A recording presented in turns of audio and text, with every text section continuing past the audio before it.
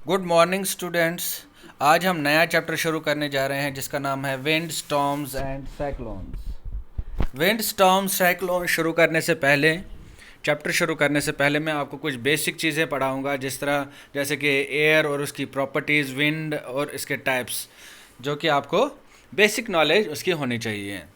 Air, ये आपने sixth में भी पढ़ा है। एयर जो है हमें पता है it is an invisible gases, जो है इनविजिबल गैसेस सब्सटेंस जो है जो हमारे अर्थ के सराउंडिंग है, ठीक है ना।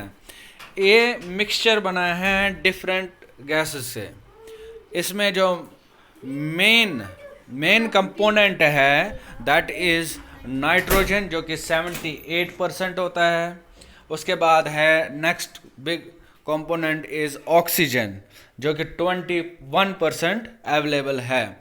बाकी जो 1% है वो बाकी डिफरेंट गैसेस का मिक्सचर है, ठीक है। तो 100 में से 78% आपका नाइट्रोजन है, 21% आपका ऑक्सीजन है, 1 is the mixture of the rest of the gases, ठीक है। अब प्रॉपर्टीज के बारे में हम पढ़ते हैं। प्रॉपर्टी में सबसे पहले जो प्रॉपर्टी है हमारे एयर की, that is air around us exerts pressure, यानी कि जो हवा है उसमें प्रेशर अवेलेबल है। ये हम इन डेप्थ नेक्स्ट टॉपिक में पढ़ेंगे, वन बाय वन जितने भी इसकी प्रॉपर्टीज़ है वो सब पढ़ेंगे। फिलहाल मैं आपको ओवरव्यू दे देता हूँ।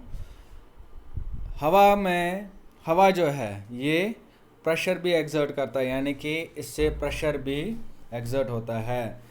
Air expends on heating and contracts on cooling, इनके हम प्रॉपर एक्टिविटीज़ करेंगे आने वाले वीडियोस में, ठीक है। यानी कि हवा जो है हीट करने पे एक्सपेंड हो जाता है और कॉन्ट्रैक्ट मतलब उसे अपोजिट कूलिंग पे होता है।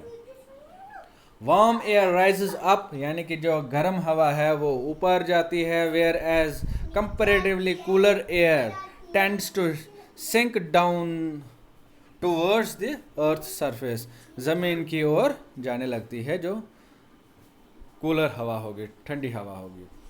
As warm air rises air pressure at that place is reduced, जहाँ हवा गर्म होती है वहाँ का एयर प्रेशर कम होने लगता है। सिमिलरली जहाँ पे कूलर हवा हो it moves to that place.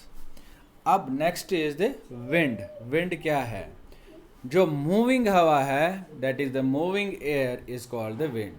जो हमारे इर्द गिर्द हवा चलती है, आप अपने पेड़ों को देखो, पत्तों को देखो, वो हिल रहे होते हैं। वो किस लिए होते हैं? वो हवा की वजह से। आप बाहर जाते हैं, आपको फेस को महसूस होता है कुछ चीज़ चल रही है, दैट इज़ द विंड, ठीक है ना।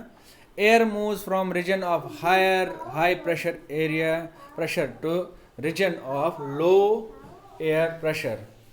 ये यहाँ पे सिंपल सी लाइन लिखी है, बट इसको एक्सप्लेन में आने वाले टॉपिक्स में करूँगा आपके साथ कि इसका मतलब क्या है। ये जो हवा है ये उस रीजन जहाँ पे हाई प्रेशर हो हवा का, वहाँ से मूव करती है वैसी जगह पे जहाँ पे प्रेशर लो हो हवा का।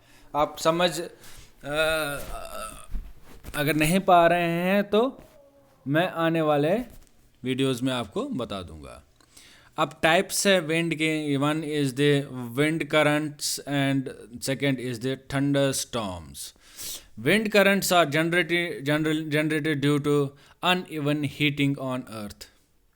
Uneven heating on earth is the main cause of wind movements. जो हमारे यहाँ पे तापमान है, हीट होती है, गर्मी होती है, यह उस वजह से ही जनरेट होती है। कौन सी? Wind currents. अनइवन का मतलब होता है कभी गर्म है, कभी ज़्यादा गर्म है, कभी कम है, उसकी वजह से जो डिस्टर्बेंस आती है विंड्स में, जिसकी वजह से क्या होता है? विंड मूवमेंट्स काजेस होती हैं। थंडर स्टॉर्म जो है, thunder storm with thunder and lightning along with rain. Thunder storms में क्या होता है? आपकी बिजली कड़कती है, या आप देखो जो बादल गरजते हैं, ये सब चीज़ें जो है मेन रीज़न है थंडरस्टॉर्म में। Winds carrying water vapour bring rain, ये तो आपने वाटर साइकिल में मैंने आपको पहले भी पढ़ाया हुआ है। जो विंड है ये रेस्पॉन्सिबल रहती है वाटर वेपर्स को वापस ऊपर से नीचे ले जाने में, जो कि बारिश की शक्ल में होती है।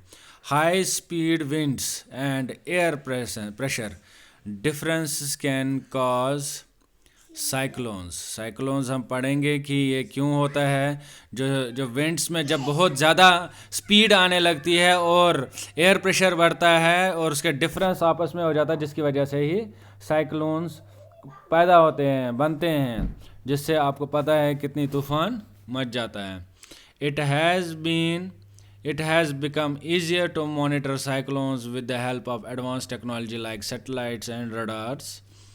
आज के ज़माने में आपको पता है वेदरमैन हमें पहले ही सूचना दे देते हैं, इन्फॉर्म करते हैं कि इस दिन बारिश होने वाली है, इस दिन तूफ़ान आने वाला है, कब साइक्लोन आने वाले हैं, कब थंडर स्टॉर्म्स आने वाले हैं। तो ये एडवांस टेक्नोलॉजी की वजह से आज की डेट में रडार्स है, सैटेलाइट्स है, जिससे हमें पता लगता है। जैसे कि हमें पता है सोनम लोटस जो है हमारे यहाँ पे, जो हमें ऑलरेडी बता देते हैं कि क्या है, किस तरह हमें यहाँ पे वेदर का कंडीशन क्या रहता है।